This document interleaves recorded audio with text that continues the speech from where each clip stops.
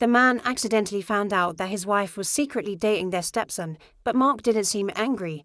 Instead, he watched his wife eat a meat sausage with an expectant look.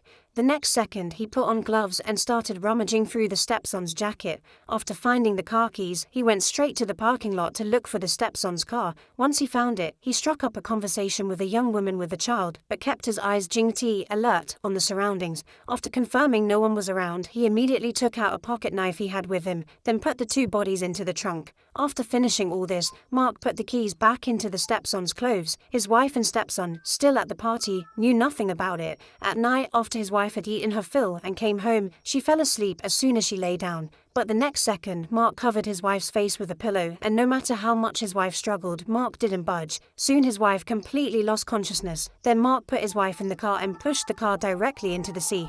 Watching the car sink little by little, Mark felt extremely pleased, but unexpectedly, his wife suddenly woke up at this moment. Startled, Mark quickly checked if there was anyone around, but luckily, his wife soon sank into the sea along with the car. Only then did Mark heave a sigh of relief. The next day, he hurried to the police station to report a missing person, lying that his wife had disappeared after going to the park the day before.